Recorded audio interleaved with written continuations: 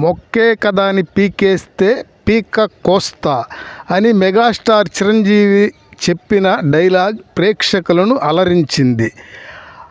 ఆ మాట మన తాడి చెట్టుకు ఎలా అన్వయిస్తుందో తెలుసుకుందాం.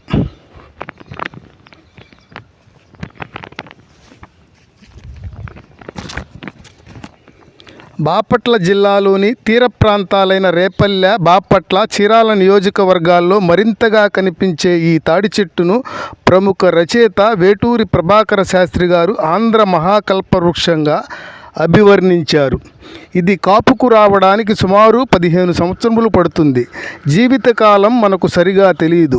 మేము చిన్నప్పటి నుండి ఈ చెట్టు ఇలానే ఉందని వృద్ధులు చెబుతుంటారు. ఇందులో పోతుతాడి, పెండితాడు అనే మగ ఆడ రకాలు ఉంటాయి. ఏ రకం చెట్టు అయినా వీటి పైభాగమంతా వంట చెరుకుగా ఉపయోగపడుతుంది. ఆకులను పూరికప్పుకు, ఇంటి ప్రహరీ లాంటి దడులకు, వీటితో తాటి చాపలు, తాటి బుట్టలు తయారు చేస్తారు. మట్టల నుండి వచ్చే నారను చీపుర్లుగా మరిచి శుభ్రం చేయడానికి, ఇంటి నిర్మాణానికి తాడులా ఉపయోగిస్తారు.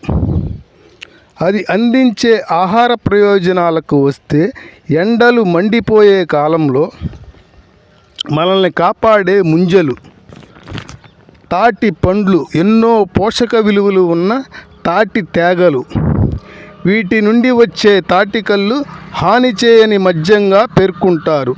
ఇన్ని విధములుగా అందులోని ప్రతి అణువు మనం జీవించడానికి ఉపయోగపడి మానవ నాగరికత ప్రస్థానంలో మనకు తోడుగా నిలిచింది తాడి చెట్టు.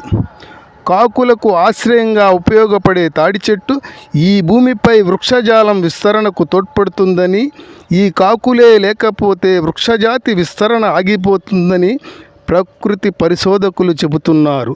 ఈ చెట్లను మనం విచక్షణారహితంగా నరుక్కుంటూ పోతున్నాం. ఇది ఇలా కొనసాగితే మొక్కే కదా అని పీకేస్తే మన పీక మనమే కోసుకునే రోజు ముందు ఉందని అనిపిస్తుంది. విషయ స్వీకరణకు తోడ్పడిన లేళ్ల సుధాకర్ సమన్వయంతో గుంటూరు జాన్ సురేష్ కుమార్తో కలిసి మీ రౌతు వేణుగోపాల్.